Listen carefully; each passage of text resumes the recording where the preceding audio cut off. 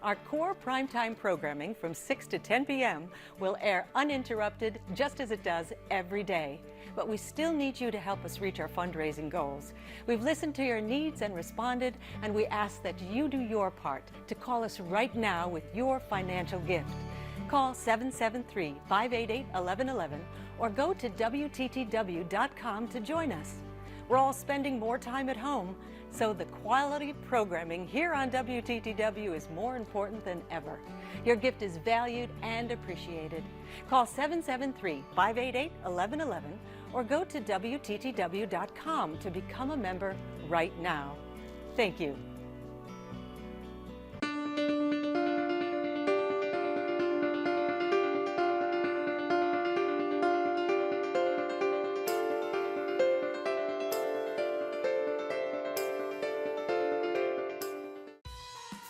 WTTW programming originates from the Renee Crown Public Media Center.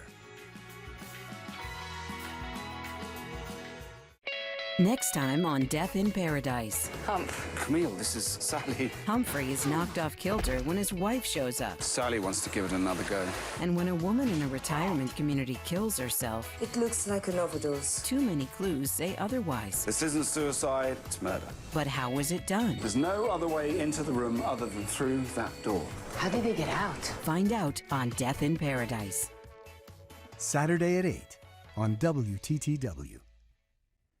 On the Mallorca Files. Cause of death? Stab wound. A novelist is killed in a bull ring. What was he doing here? Research for a book he was writing. The victim supported the recent bullfighting ban. The whole town hated him. And he may have been killed by the sword of a matador. It pierced the shoulder blades all the way to the heart. But to solve the case, Miranda and Max will have to get cozy. I'm not sharing a bathroom with... The Mallorca Files. Saturday at 9 on WTTW.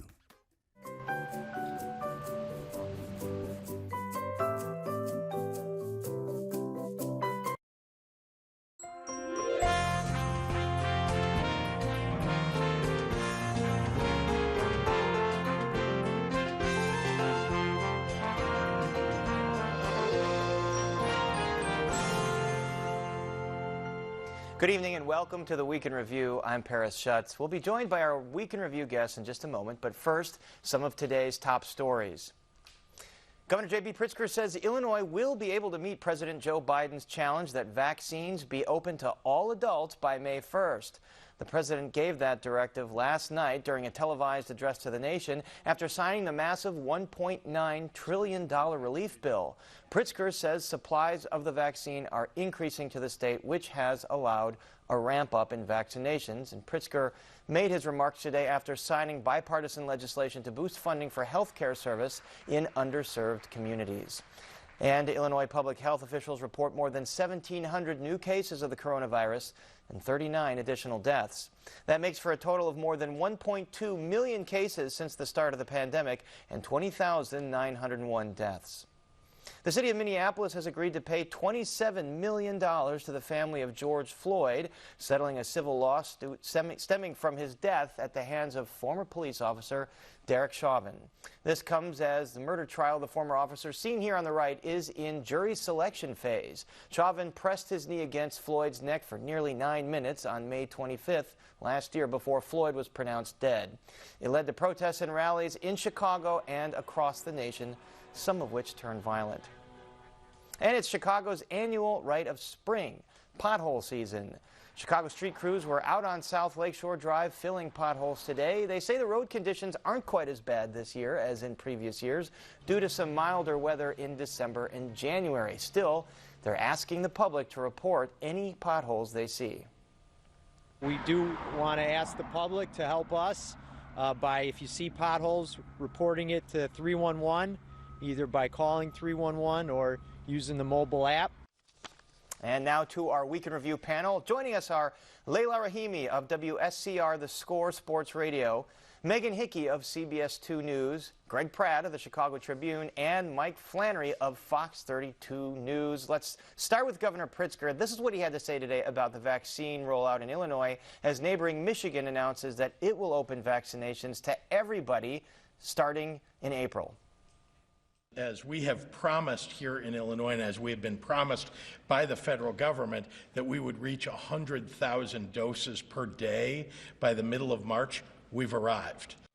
Mike Flannery, the president, says everybody's going to be eligible by May 1st. Governor Pritzker says we're game here in Illinois. Do you believe it?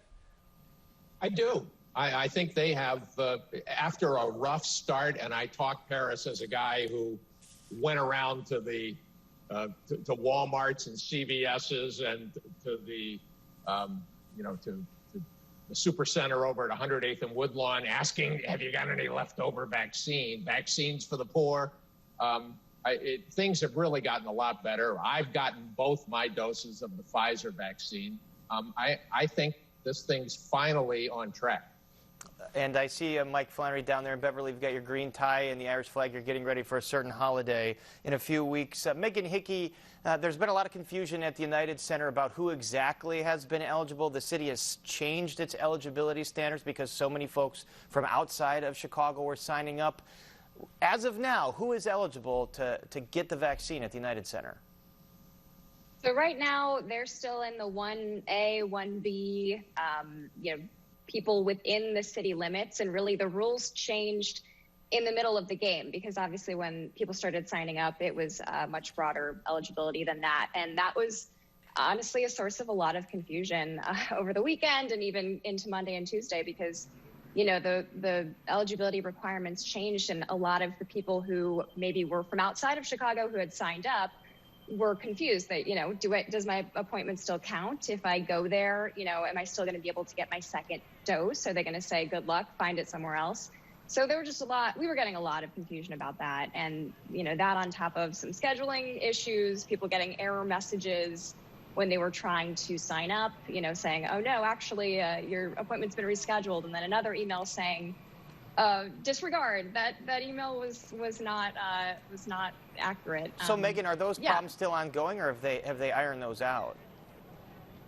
We're hearing less confusion about it. I'm not certain that it's been entirely ironed out. I know we asked how many people got error messages, how many people were involved in that glitch, and we never actually got a hard number on that. But just being out there, I was at the United Center Monday and Tuesday, Monday even before, vaccinations had started. A lot of people were complaining about that. But I will say once they made their way through, the vaccination process and came out on the other end, they were so grateful and hopeful and almost had forgotten that they were so upset before they had gone in to get their shot. And Greg Pratt, part of this rollout, the city says now they will be reaching out to the hardest hit zip codes to urge people to come to the United Center to get their vaccination. Is that helping at all drive up the equity numbers?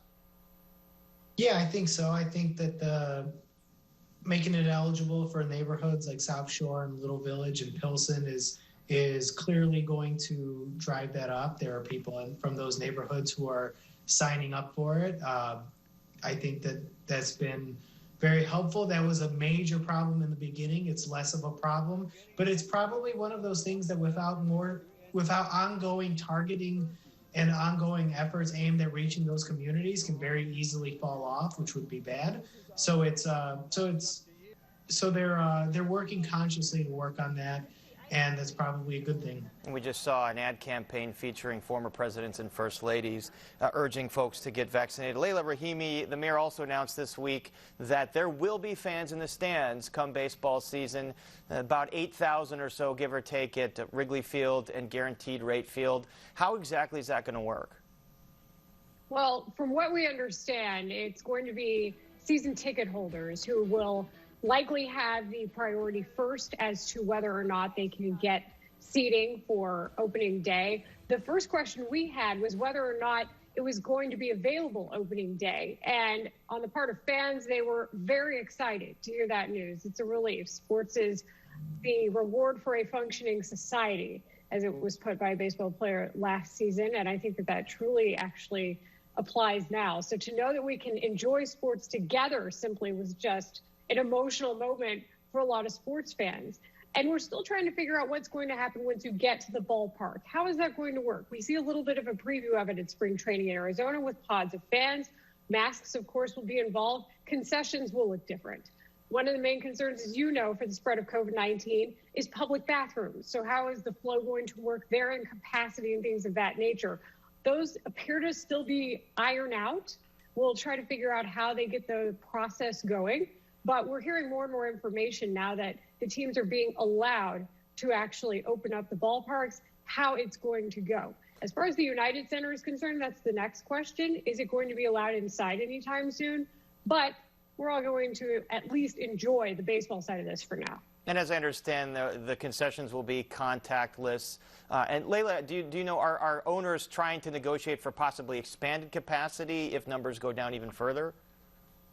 Well, we've heard that the hope is that even by the end of the season, that it would be up to 100%. We've seen it already in Major League Baseball elsewhere. The Texas Rangers have boldly announced that they will allow full capacity at their ballpark, which was new last season and didn't see the opening day crowd that it wanted. I don't know how that's going to go. I think there's a lot of people in baseball nationwide who are keeping an eye on that situation and perhaps what happens 2 weeks after opening day. But there is that overwhelming hope that the capacity will increase as long as the numbers are kept low. Mike Flannery, to your great dismay, no Southside Irish Parade this year, but the mayor did hint that there could be a Taste of Chicago, there could be an air and water show. What would the metrics have to be for city officials to feel comfortable having those events go forward? Well, they haven't been precise. Maybe Greg can correct me. I haven't heard a specific number, but clearly they want it to be substantially lower than it is now. I mean, you know, if you look at the metrics, they're actually pretty good right now. There are other places around the country where the numbers are not looking that good, that are opening wide. And you know, we can tisk and poo-poo what they're doing.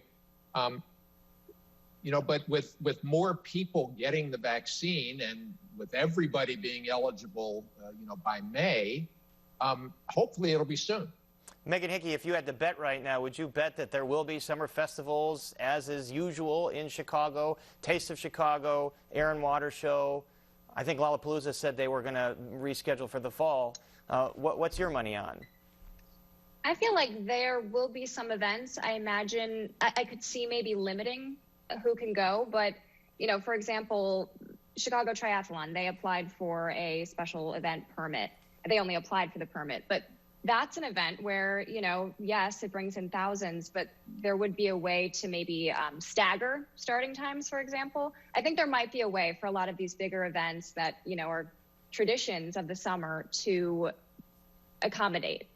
Greg Pratt, Mike Flannery talked about the opacity of city officials on what the metrics would be. Have you gotten any more insight from the mayor, from folks in the mayor's office about what's going to drive their decision here? Well, they want to. I think that if we stay roughly where we are, give or take, we're going to have a bunch of stuff coming back to normal. I think the mayor has been pretty clear about, you know, we're in a good place and we want to go back to normal.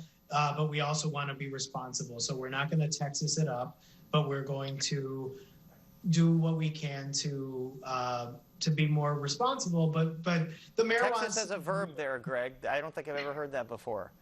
Texas it up. It's you know, I made it up on the spot. It's one of those things where they want to get back to normal and they don't want to go crazy about it. So we'll see how that goes. But I would expect that a lot of stuff is going to be out there. They often talk about how when you're outdoor, it's different than being indoors, which is true. I think all of the scientists would tell you. And so I'm not sure that I would be hopeful that we'll end up having a Taste of Chicago and things of that sort. Layla, you mentioned to me before the show started that you were a little uncomfortable covering the All-Star game, the NBA All-Star game, and Bulls games at the United Center before the shutdown happened. Will you be comfortable going back into an indoor environment with other reporters and players if indoor expands and if capacity expands? Oh, I believe so. I think my concern was more for the unknown than it was the actual comfortability level. You look back now and think about sitting in a packed room listening to Adam Silver when you're shoulder to shoulder with people. This is the commissioner of the NBA. Correct. And that visual and that feeling is going to be anxiety-ridden. in a COVID-19 world. But moving forward, the way that they've been able, the teams, to separate athletes, players, officials, obviously media, I think has given people a lot of confidence. We've seen good reports from my fellow peers as far as sitting in press boxes during games, and that because of the mask wearing, because of the concern for the health of everyone involved, and because we simply have the knowledge now moving forward that we can work in some sort of working capacity that is going to be functional to cover games. All right, let's talk about some other local political news. Mike Flannery, a coalition of groups wants to take away the redrawing of Chicago ward maps from the backroom political insiders and make it a more independent process as you look at the ward maps here that don't seem to make much geographic sense. Do you think that that will actually happen this time around? Well, I think they're going to try, and I think this commission that they're attempting to put in place, this unofficial commission, is going to take a stab at it. Whether it will have an impact depends on whether they can actually get 10 disaffected aldermen to petition for a vote.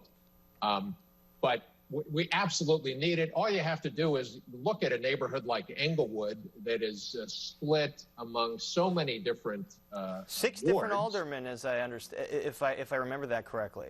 Yeah, it's insane. And it's kind of like what the Democrats did to DuPage County, to the Republican strongholds in DuPage County. It was done in part, Paris, because Chicago has lost so much African American population that 10 years ago, they were already having trouble. The map makers were already having trouble preserving wards for black aldermen. That is going to be much, much more difficult this time because that population loss has continued. That will be central to the fight. I remember a little anecdote about the last remap 10 years ago. Then Alderman Dick Mell, who was pretty much in charge, tried to draw, I think, Nick Sposato out of his ward, and the new ward he drew for him was mostly Hispanic, and he said to him, "I hope you speak Spanish," and Nick Sposato went on and ended up winning his new ward. Anyway, let's move on to what happened last night. President Biden signed the economic stimulus bill a day earlier than the White House anticipated. Here's what he had to say. It's clear that an overwhelming percentage of the American people, Democrats, independents, our Republican friends, have made it clear, the people out there, made it clear they strongly support the American Rescue Plan. Yesterday, with the final passage of the plan in the House of Representatives, their voices were heard. All right, so we know $13 billion coming to Illinois government, $7 billion to the state of Illinois, almost $2 billion each to the city of Chicago and CPS. Greg Pratt, how exactly is that money going to be spent by these various government agencies? Well, first they're going to say a private thank you to Congress for helping them avoid big property tax increases and things like that, and they're gonna find ways to solve a lot of their problems. The mayor was talking about how some of it's going to be earmarked, and so that's going to be the case. That's in all likelihood going to be the case, that some of it will be dedicated to some things, and so things like policing, things like the pandemic. So it's not totally clear, but it's going to take a tremendous amount of pressure off of Governor Pritzker and Mayor Lightfoot.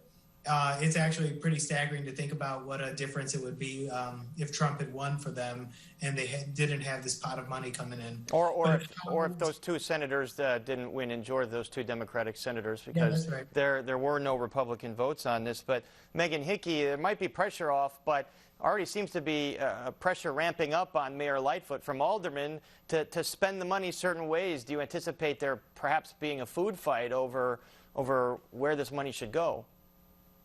Oh, I'm sure, but there's always going to be a food fight when it comes to budgeting out, especially that much money, and when so many different facets of our city are, in serious deficits. So, yeah, I'm sure it's going to be drama, and it's going to be fun to cover. When what it can't go to, Mike Flannery, is pensions, which is unfortunate for the state because that is the big source of debt and the big noose around the state and city's neck. Why not? I mean, you're never going to get this kind of federal pot of money again. Why not throw some of it toward pensions? I know that by statute it can, but... Yeah, and politically, too. But I will say that those who dream, like our Senate President Don Harmon, the Democrat from Oak Park, who dreamt of getting a tranche of federal bucks for pensions, they're taking a look at that $86 billion that goes into those multi-employer pension funds, those private multi-employer pension funds, including a big Teamster one here. There's about 100,000 Chicago workers and retirees affected by this $86 billion. It's a bailout of those multi-employer funds that are going broke. And I'll tell you, there are guys and gals in Springfield who dream about this being a precedent should the Democrats increase their majorities in 2 years, as unlikely as that might seem right now. That would be a very interesting precedent. Hard to believe that there would be this kind of federal money coming directly to state and local governments again, at least in the near future. Also this week, finally, after 2 months, Lincolnwood native Merrick Garland, once snubbed by Senate Republicans for the Supreme Court, got some of their votes for Attorney General. Here's what Garland told Department of Justice employees yesterday. As I said at the announcement of my nomination, those norms require that like cases be treated alike, that there not be one rule for Democrats and another for Republicans, one rule for friends and another for foes, one rule for the powerful and another for the powerless. Greg Pratt, is this what you anticipate from a Merrick Garland Justice Department, more apolitical, more independent, at least in perception, than the last 4 years was? Well, it's what we should expect from any attorney general, Democrat or Republican. It'll be different. It'll, and obviously Attorney General Barr really discredited himself at times, and then at other times did show a lot of independence from President Trump. But there's probably a lot of people out there who are like, oh yeah, Merrick Garland is there to get revenge on Mitch McConnell over the Supreme Court, because that's how warped our political system has gone. And so that's a shame, but we should expect attorneys general to speak and think just like that. And so that's a good sign, and whether it'll be perceived that way by people on the right probably depends on what the algorithms are saying on Facebook. But he did get the bipartisan support. It was a 70-30 vote of confirmation in the Senate. Look at this. We have a full slate of sports, so we're going to move on to that right now. It's been a year since the NBA canceled its first game because of COVID-19. Then 24 hours later, the entire sports world shut down. Both U of I and Loyola are going to the big dance. Spring training is in full swing right now, with Cubs considered underdogs and White Sox hopes very high. And will the Bears land an awesome franchise QB? That all remains to be seen. Layla, first with U of I and Loyola, what if you were to guess right now, what kind of seeding are they going to get in the tournament? Well, I think because of the strength of the Big Ten, the University of Illinois is going to get a very strong seeding. The expectation is a 1 seed. So that is where we stand with the Illini. Now, thusly, Michigan is also expected to get a 1 seed, but that is how strong the conference is. If you are a Midwestern basketball fan, this is your year. Loyola is a bit of a wild card because they had concerns over scheduling and how they try to figure out the seeding. In fact, it's one of the big questions right now among NCAA fans. Selection Sunday is going to be for Loyola fans to figure out how they're going to be seeded. But what doesn't seem to be a question is how far they're going to go again in the tournament. I expect them to be an Elite Eight type of team because of how well they play as a team together, how well they're coached, their defense, and just everything that they do on the floor. And, given the fact that they were a Final Four team, they were an 11 seed 2 years ago, does that give them credibility with the selection committee to get a higher seed? I think so, if nothing else for the reason that Cameron Krutwig is still there, and he's the Missouri Valley Conference Player of the Year. And they look to those big names, especially in college basketball when the rosters change so much from year to year, especially with the blue blood type of programs. So there is some familiarity there in some respect, especially for Porter Mosier's team. And then with the U of I, electric player, Ayo Dosunmu, for those folks that have sort of missed out on the season this year, tell us about just how great he's been. DeSumo, I think, and a lot of fans believe, is not just the face of the team, but he's also what has made Illinois basketball start to come to relevance again in a way that they deserve. We deserve to have the Illini being discussed as far as the college basketball elite. He was the one who decided to go to the University of Illinois and play for the Illini. He decided to come back. Excellent players have come along with him, like Kofi Coburn, Andre Curbelo, and they are performing at such a high level. It's not just how good DeSumo is. It's how good he's made the team around him and how he's brought Illinois to this excellent relevance again. I know the former host of this show, a U of I grad, is very excited about this, and it's good to see teams other than North Carolina, Duke, Villanova, no offense if anyone went to those schools, but U of I, agree, belongs in that stratosphere. The White Sox, spring training, the big question is how Tony La Russa is going to gel with this young team full of talent. How's it working so far? This has been something that we have tracked ever since La Russa was hired, and Bob Nightingale, the reporter for USA Today, brought his name to the forefront. He was the only candidate who officially interviewed for the job.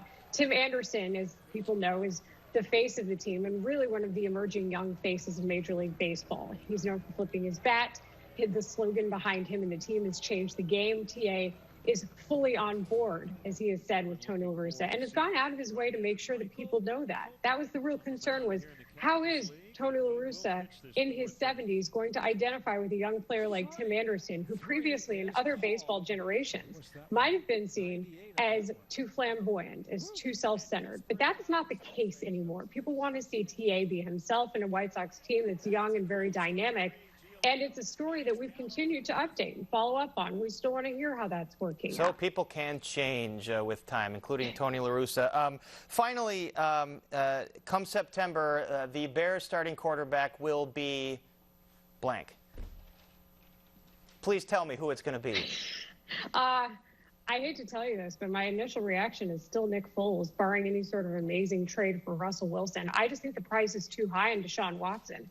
But John McClain of the Houston Chronicle, who's known as the dean of Houston sports, has maintained in an article recently that he thinks that Watson is gone. It's just a question of what would the Houston Texans get in return? And I can't imagine them, from a Bears standpoint, wanting anybody other than a Khalil Mack, Akeem Hicks, Roquan Smith, somebody who is of an all-pro caliber player, at least included with draft picks as well. And the Bears just could have avoided all this by drafting him a few years ago, but we know they didn't do that. Okay, so we're out of time. My thanks to Layla Rahimi, Megan Hickey, Greg Pratt, and Mike Flannery.